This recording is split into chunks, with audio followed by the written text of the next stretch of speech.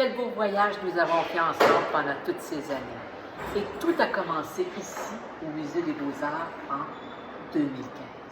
Oui, en plein ici, en 2015. Puis depuis, on a continué notre voyage à travers des organisations internationales. En 2016, souvenez-vous, à la Banque mondiale. 2017, à l'ONU. 2018 à l'OCDE. Ça paraît facile à dire, mais à chaque année, il fallait les convaincre, ces organisations-là. 2019 à la COP25 à Madrid pour parler d'environnement.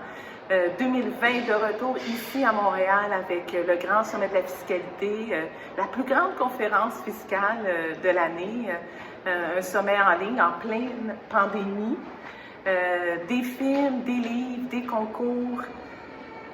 On peut se dire qu'on a travaillé fort, les filles, hein? Tout à fait. Mission accomplie. Et faites-moi plaisir. Poursuivons pour l'environnement. Tout à fait. Pour l'environnement, c'est une cause qui nous a tenu à cœur à travers toutes ces années-là, d'essayer de joindre les défis de la fiscalité avec les défis de l'environnement. Puis, on vous invite aussi à prendre la relève sur différents autres projets qui nous tiennent à cœur, des sujets, des thématiques qui nous tiennent à cœur. Vous pouvez voir l'appel à projet sur notre site Internet. On parle de fiscalité des ultra-riches, de fiscalité des fondations, de la philanthropie, de l'environnement, évidemment, également. Donc, on vous invite à aller voir ça et à prendre la relève pour tous ces projets-là.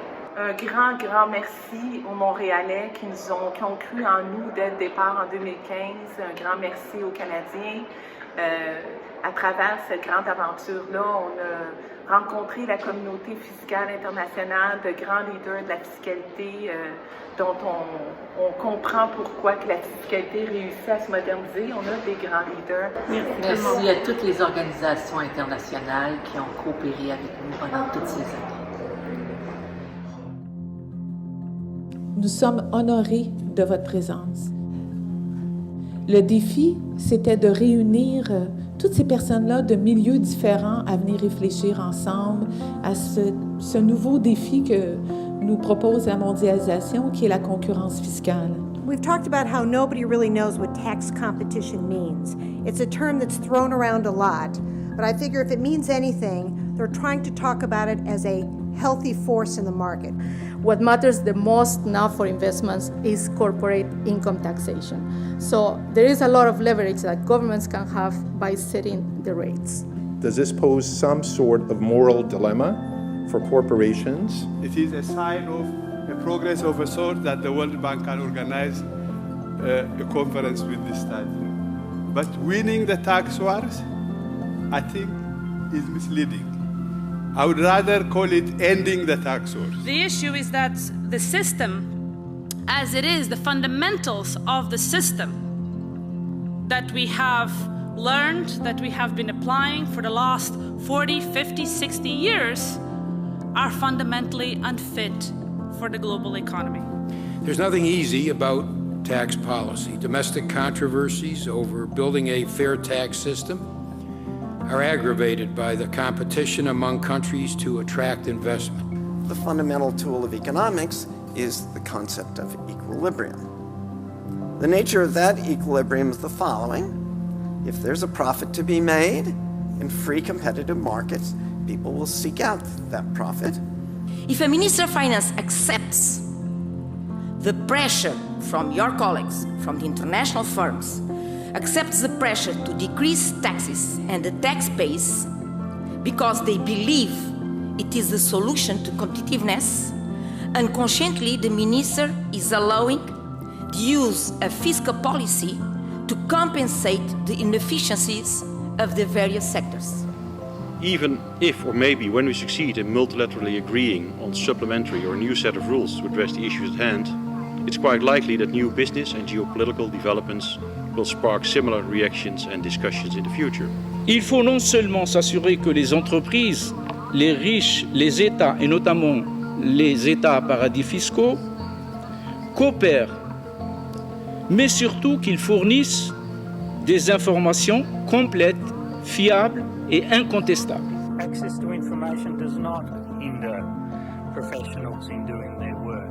In fact, looking after them, it should make the right sort of professionals sleep a bit easier at night. The reason I say that is because it's consistent with their ethical obligations. As the young people, we should be coming up and thinking of these solutions. I think that the solutions to these ethical problems that we have should be rooted in applying ethical principles. I could not agree more with the fact that we should tackle the issues with an open mind. The competition creates a tax ceiling in many ways, but not a floor. And so what we see around the world is a race to the bottom. En l'occurrence, je pense qu'on a besoin d'une régulation de la globalisation. The alternative is economic, social, and humanitarian chaos and disaster. The alarming environmental situation was already quite present, but I would say that the tragedy that awaits our planet makes it a priority now. Et je pense qu'on doit une fière chandelle à l'honorable Louise Otis, Brigitte Alpin et Lynn Latulippe d'avoir fondé Tax Coop, qui est certainement devenu un interlocuteur très important dans tous les débats en matière de fiscalité. Et je vous dirais, c'est certainement grâce à eux si la justice fiscale et la compétitivité des États est maintenant devenue un cheval de bataille pour un très, très grand nombre d'intervenants.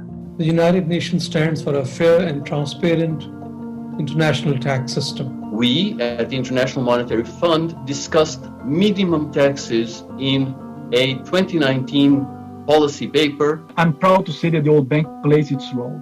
We have been contributing to thought leadership on international taxation. We are supporting over 50 countries in the efforts to implement international tax standards and strengthen their knowledge. And now we're moving to the next phase, which is trying to find the right regulation, the right sharing of the taxing rights between emerging economies, developing countries. And that has to be done from every framework. We tried to do it in the trade space. It didn't quite succeed with the Doha Development Agenda. Maybe we can demonstrate that it can be done from the tax space. I do think that rethinking tax has to be accompanied, as I've been basically arguing, by rethinking the narrative of where wealth comes from, where value comes from. And I deeply believe that value is created collectively, that again, markets are outcomes of how we govern different organizations in the economy and how they relate one to another. We also need to have a system where countries where the value added for the companies are actually created can get a fair tax share. Otherwise, economies will not, or countries will not have the incentive to create, to make economies that are business friendly, innovative, and actually drive changes, for instance, green transformation. So I think redesigning globalization to work for ordinary people is the paramount challenge of the next decade and beyond. Les années qui viennent vont être des années riches, intenses. Il y a beaucoup de choses à cadrer, mais pour sûr, nous ne devons pas avoir peur des nouvelles technologies.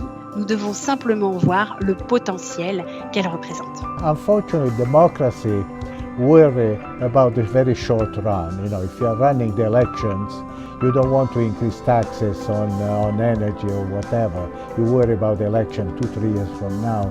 They don't worry about the long run. C'est quand on passe au niveau politique, là où se prend la décision, que c'est plus difficile. Et là, ce qui fait la différence, c'est effectivement le leadership et les relations humaines. À un moment donné, il faut que des ministres des Finances s'entendent personnellement très bien pour dire voilà, on va dépasser nos égoïsmes nationaux pour construire une solution internationale qui sera meilleure pour tout le monde. My message to you today is it's going to be a great 21st century for tax administrations as long as we can dream and dream together. Business, government, households, we have the same interest at heart. We want our countries to grow, we want our tax bases to grow. So let's dream together. Mais merci et bravo, bravo parce que c'est pas évident de lancer en tant que société civile quelque chose qui est à la fois critique et constructif. Et donc pour ça, merci et bravo.